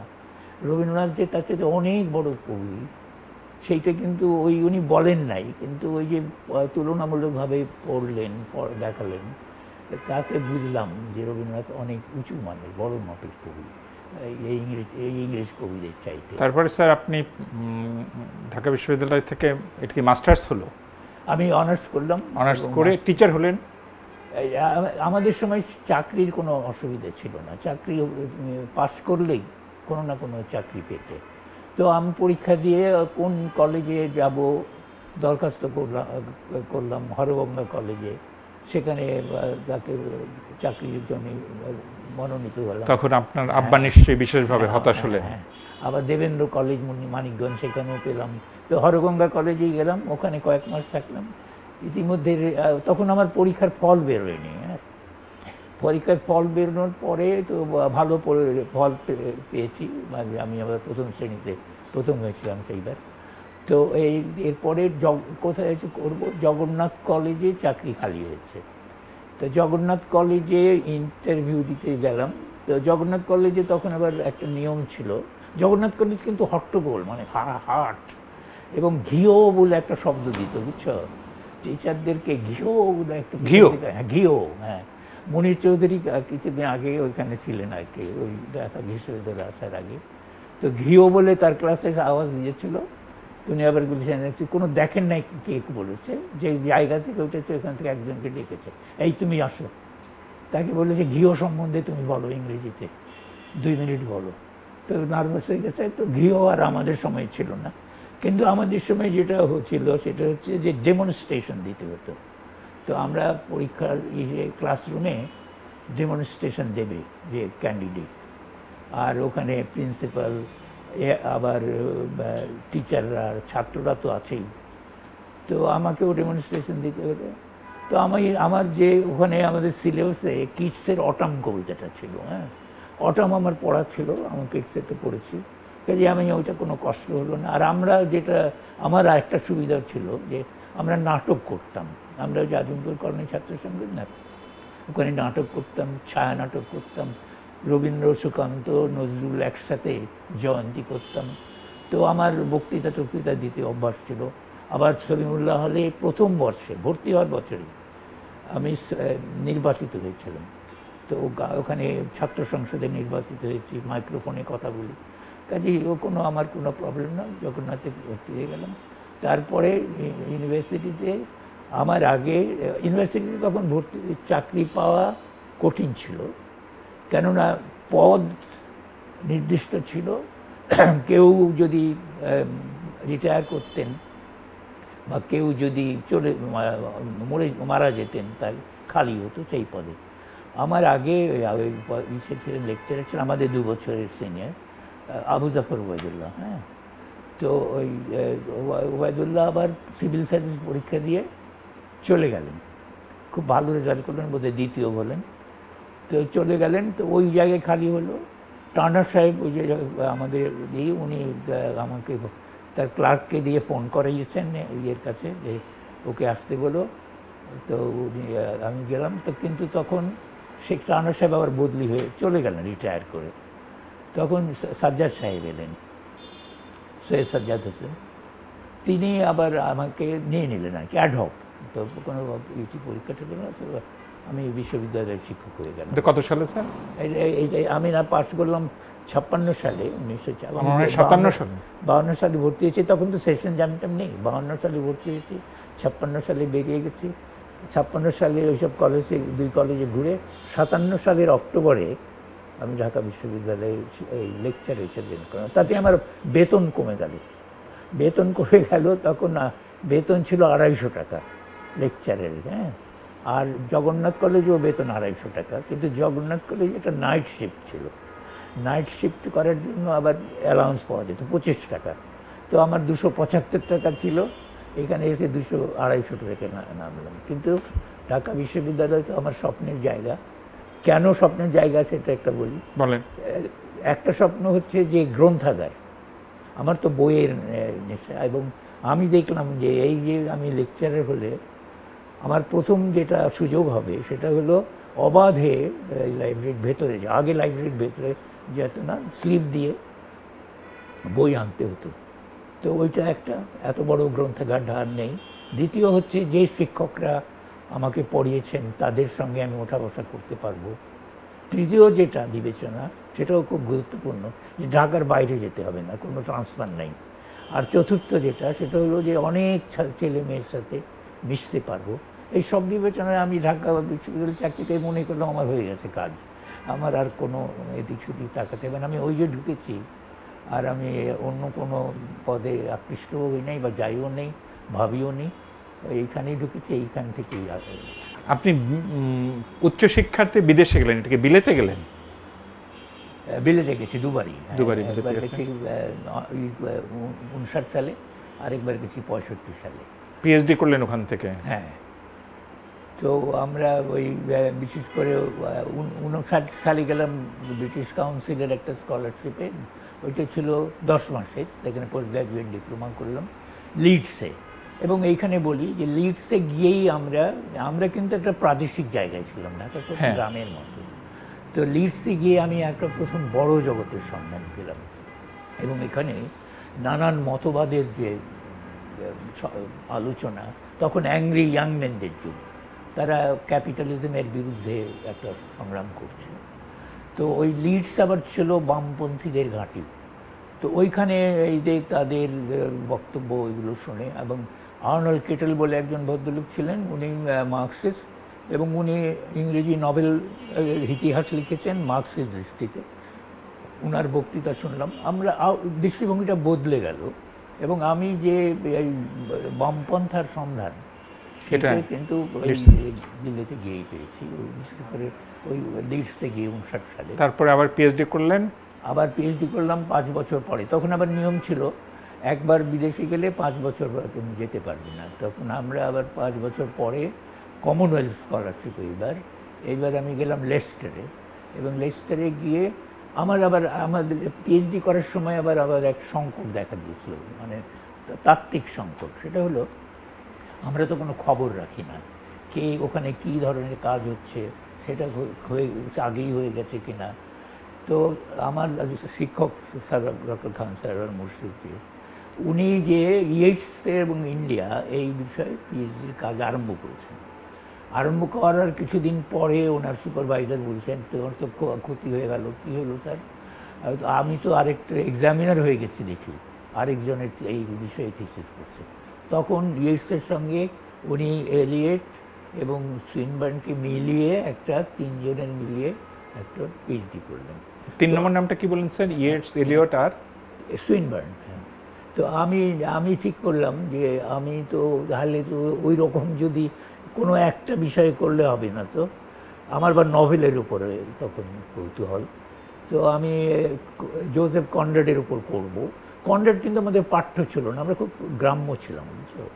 তো কনরাডের উপন্যাস হার্ট অফ ডার্কনেস পড়েছি, কনরাডের উপর করবো, কিন্তু কনরাডের উপরে করলে তো কুলাবে না, এবং সেজন্য Conrad, M Forster, DH Lawrence, তিনজন উপন্যাসিকের বিষয়টা কী করলাম, ইভিল, আমার ইসের নাম দিয়েছিলাম the enemy territory, evil, treatment of evil in the novels of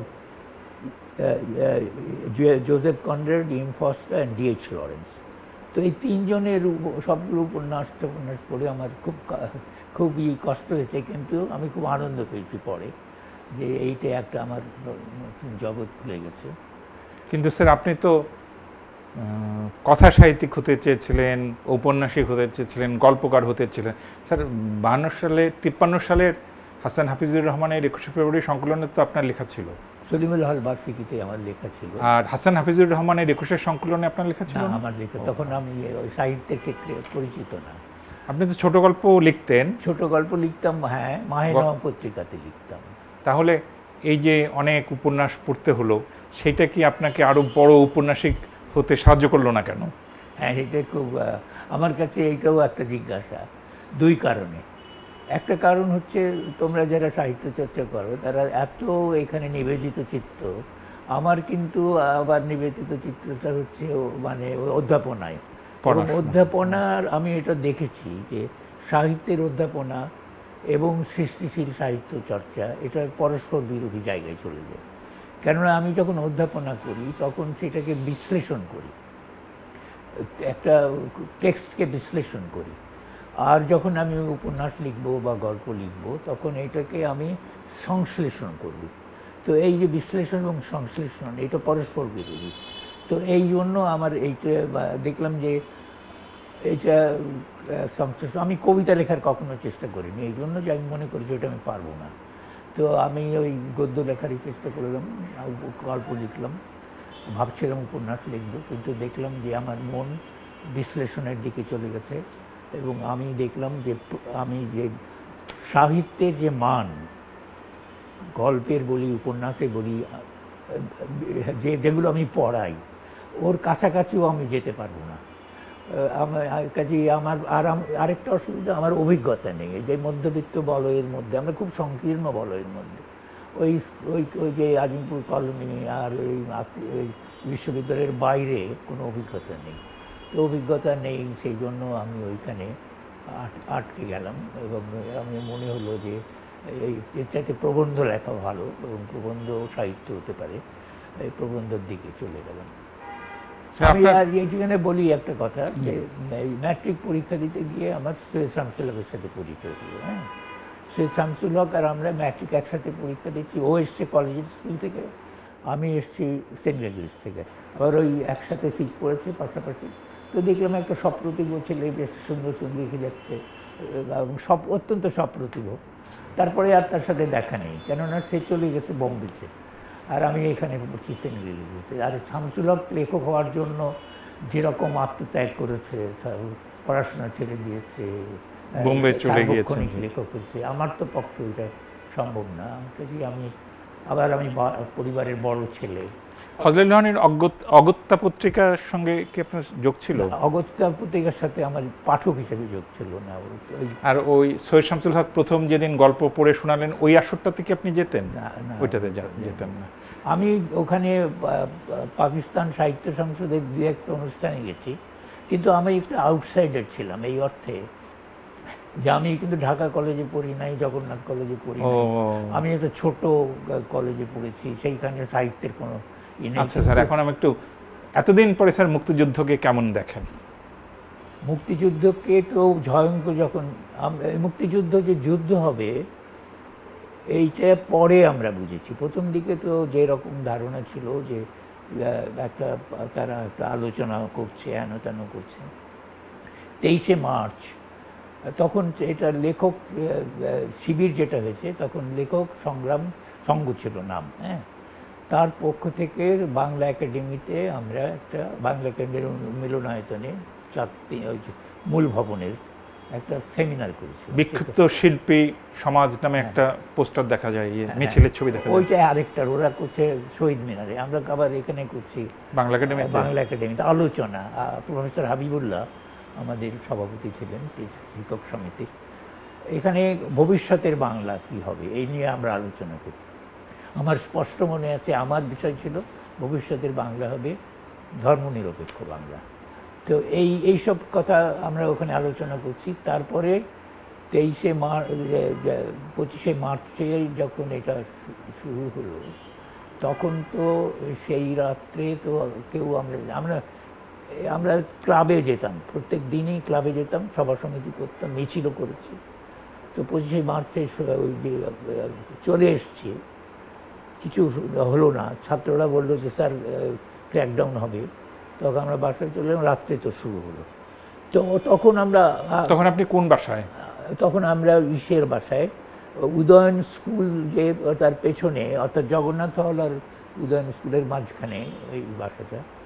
তাহলে 25শে মার্চে তো আপনার জন্য ভয়াবহ রাত গেছে। ভয়াবহ, মানে এই যে অবিশ্বাস্য রকম আওয়াজ হচ্ছে, দূরে জয় বাংলা ইত্যাদি আওয়াজ হচ্ছে। 25শে মার্চের ভয়াবহতার, রাত্রের ভয়াবহতার পরের দিন সকালে বুঝেছি। সেদিন হচ্ছে যে জগন্নাথ হলের, আমাদের তো জগন্নাথ হলের ওখান থেকে এবং সলিমুল্লাহ হল থেকে পলাতক রাত্রের আক্রমণে বেঁচে গেছে তারা কয়েকজন এসে আশ্রয় চাইল আমাদের নিজেদের বাসাতে। আবার আমাদের এক সহকর্মী, ওদের বাসা ছিল বিনীত ওয়াজিউর রহমান, ওনার নাম, আইআরের অধ্যাপক। ওদের বাসা ছিল জগন্নাথ হলের কাছে, নিকটতম যে বাসাটা। 3 তলা থেকে উনি দেখছেন, ওই দৃশ্যটা দেখলেন, যেই দৃশ্যটাতে ওই সারবদ্ধ করে হচ্ছে, তাদেরকে লাশের খোঁড়ানো হচ্ছে, তারপরে তাদের পটপট গুলি করে মেরে ফেললো, যেটা ইঞ্জিনিয়ারিং ইউনিভার্সিটির একজন শিক্ষক নুরুল্লাহ যেটা ধারণ করেছেন। ওই ছবিটা দেখে কাঁপতে কাঁপতে আমাদের বাসায় এসেছে যে আমি কী দেখে এলাম। তখনই বুঝলাম যে কী ভয়াবহ হয়েছে। তারপরে 26শে রাত কাটলো, ইয়াহিয়া খানের বক্তৃতা শুনলাম। 27শে মার্চ যখন কারফিউ তুলে নিল, তখন আমরা বেরিয়ে গেছি। আমরা যে বাসা ছেড়ে বেরিয়েছি আর ঢুকিনি, এবং আর ঢুকেছি সেই 16 ডিসেম্বরের পরে। হ্যাঁ, তো এই জন্যই বেঁচে গেছি, কেননা ওই আলবদর, তারপরে টিক্কা খান ইত্যাদি নানা জায়গাতে। টিক্কা খান যাওয়ার আগে যে 6 জন শিক্ষককে সতর্ক করে দিয়ে গেছিলো 1 সেপ্টেম্বর, হ্যাঁ, মালিকের কাছে ক্ষমতা দিয়ে, গভর্নরের ক্ষমতা দিয়ে টিক্কা খান চলে যাচ্ছে। খুব ধূর্ত লোক সে। 6 জন শিক্ষকের আপনি একজন? আমি একজন, এবং আমি বেঁচে আছি, আর 5 জন চলে গেছেন আর কি। তো আমরা তখন অন্তত 1 সেপ্টেম্বরের চিঠি পেয়ে এটা বুঝলাম, ওয়ার্নিং, যে আমরা অন্তত মারবে না, সে সতর্ক করে যেহেতু দিয়েছে। কিন্তু আবার 14ই ডিসেম্বরে যা আলবদরদের তালিকা, ওই তালিকায় আমার নাম ছিল, কিন্তু আমি বেঁচে গেছি এই জন্য যে আমার ঠিকানা জানতো না। আমি তো আর ইউনিভার্সিটির এলাকায় নাই, তো ঠিকানা জানতো না, কাজে আমাকে খুঁজে পাইনি। তো মুক্তিযুদ্ধ হচ্ছে একদিকে আমাদের যে কঠিন সময়, সবচেয়ে কঠিন সময়, আরেকটা হচ্ছে সবচেয়ে গৌরবের সময়। এবং আমরা কিন্তু প্রথম লাইন, আমরা কিন্তু বিপদের মধ্যে ছিলাম, আতঙ্কের মধ্যে ছিলাম, কিন্তু আমরা কিন্তু সাহস হারাইনি। কেন হারাইনি?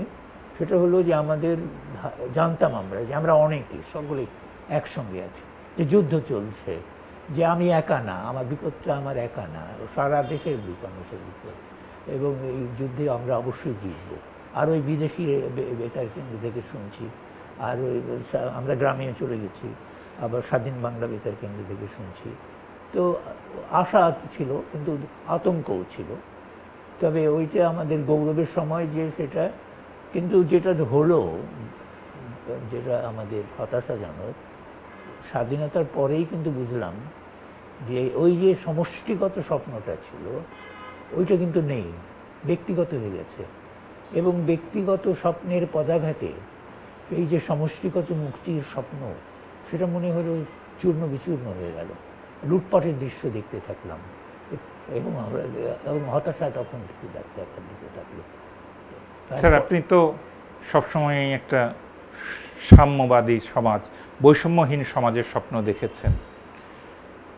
তারপরে যখন 1990 সালের দিকে সোভিয়েত ইউনিয়নের পতন ঘটলো, সোভিয়েত ইউনিয়ন ভেঙে টুকরা টুকরা হয়ে গেল, সমাজতন্ত্র, লেনিনের মূর্তি ভাঙা হলো, এখন পৃথিবীতে তো এখন আরও ডানপন্থা, আপনি সেটা আমেরিকায় বলেন, ইউরোপে, রাশিয়ায়, আমাদের প্রতিবেশী দেশে, আপনি হতাশ হন না স্যার? না, হতাশ হই না এই জন্য যে আমি মনে করি যে আমি বুঝে ফেলেছি, ওই যে ওই লিডসে গেলাম না, তখন থেকে বুঝে ফেলেছি যে এইটা হচ্ছে পুঁজিবাদী উন্নয়নের প্রতিফল। এই যে বৈষম্য বাড়ছে, বিচ্ছিন্নতা বাড়ছে, জলবায়ু পরিবর্তন হচ্ছে, গণহত্যা চলছে এবং এক নায়কত্ব চলছে, এক ব্যক্তি বড় হচ্ছে, তার কারণ হচ্ছে পুঁজিবাদী উন্নয়ন। এবং এই উন্নয়নে এটার পরিবর্তন করতে হবে এবং পরিবর্তন সম্ভব।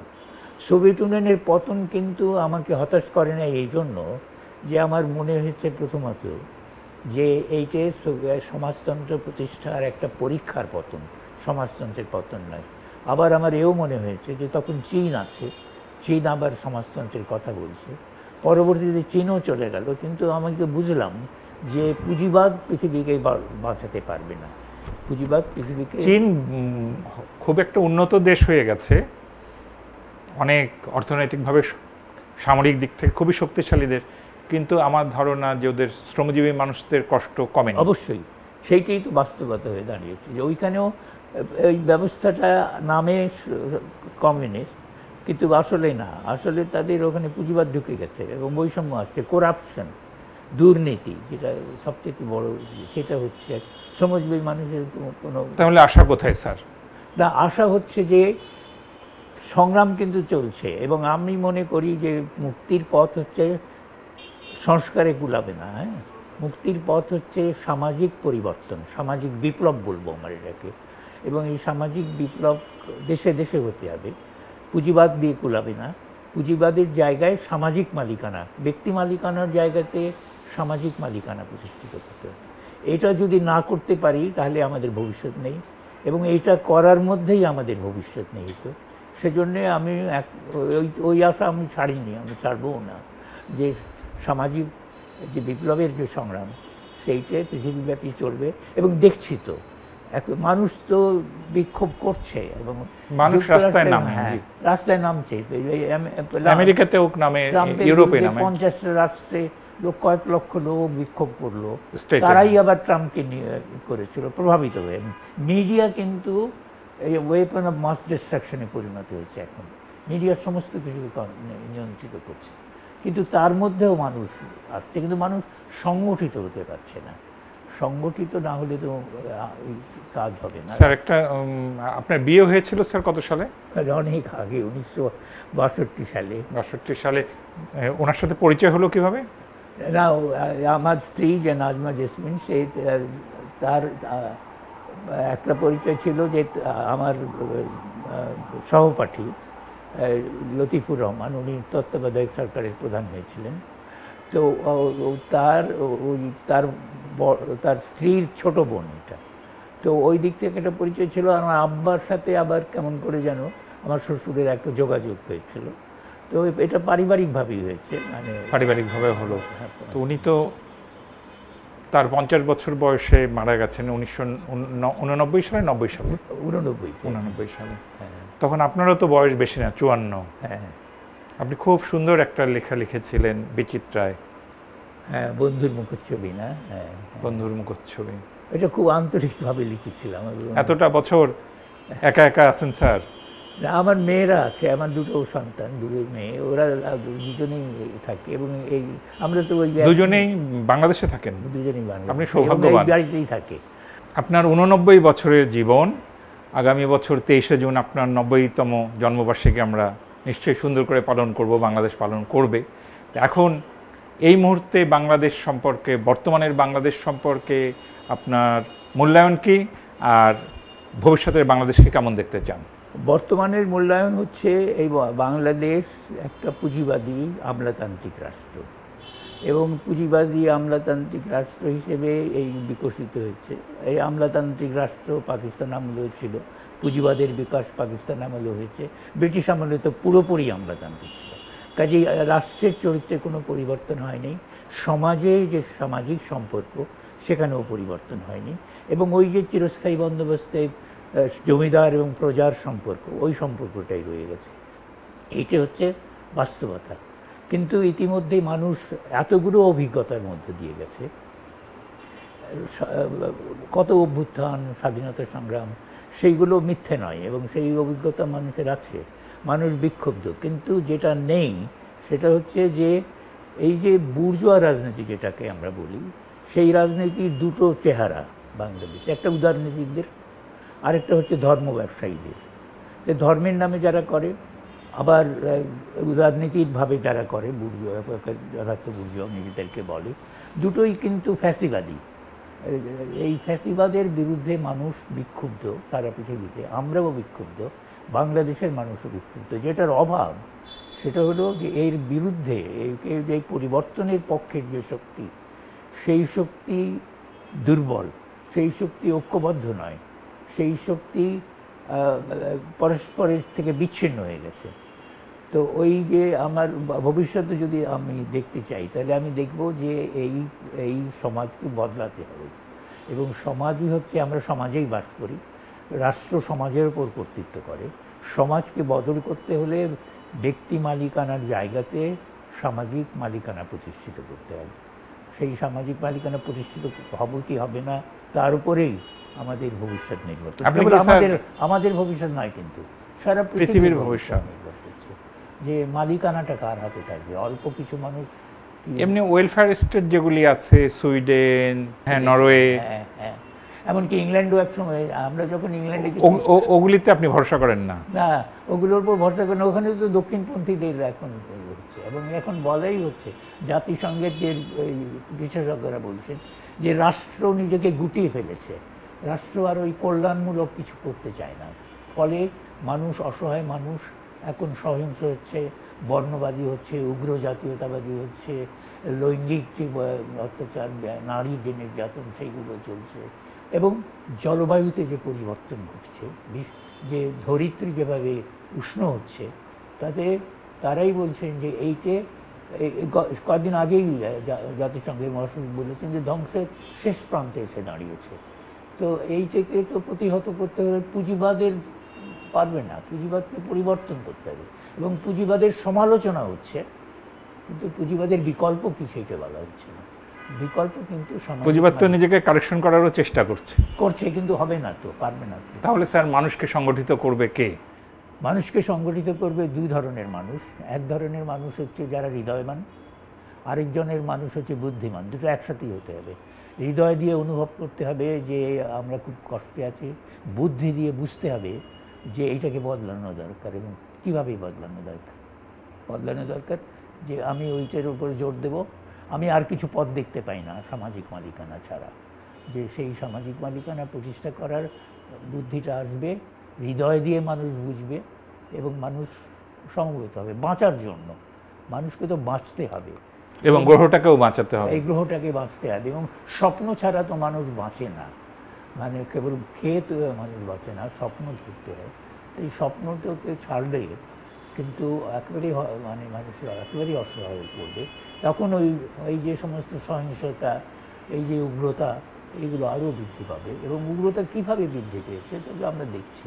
বাংলাদেশের সমাজে নারী ধর্ষণ ছিল আগেও, কিন্তু গণধর্ষণ, আবার এই যে সহিংসতা, স্বামী স্ত্রীকে মেরে ডিপ ফ্রিজের মধ্যে ঢুকিয়ে রেখেছে, এই সমস্ত অকল্পনীয় ঘটনা ঘটছে তো, এবং সেইগুলো ঘটছে পুঁজিবাদের উন্নয়নের কারণ। উন্নয়ন হয়েছে, সেটা পুঁজিবাদী ধরনের। তাহলে স্যার সেই আশাতেই আমরা থাকি যে বুদ্ধিমান মানুষ এবং হৃদয়বান মানুষ, এই দুই একই মানুষ বুদ্ধিমান এবং হৃদয়বান হয়ে উঠবে, এবং সেই মানুষের, সেই সমাজের, সেই সুন্দর পৃথিবীর আশা দিয়ে আজকে শেষ করি স্যার। আপনাকে অনেক ধন্যবাদ, আমি অনেক কথা বললাম। প্রিয় দর্শক, এতক্ষণ আমরা বাংলাদেশের শিক্ষক, আমাদের অগ্রগণ্য বুদ্ধিজীবী, লেখক এবং অধ্যাপক সিরাজুল ইসলাম চৌধুরীর সঙ্গে কথা বললাম। তার অভিজ্ঞতার আলোয় বাংলাদেশ আলোকিত হোক, পৃথিবী আলোকিত হোক। সবাই ভালো থাকবেন।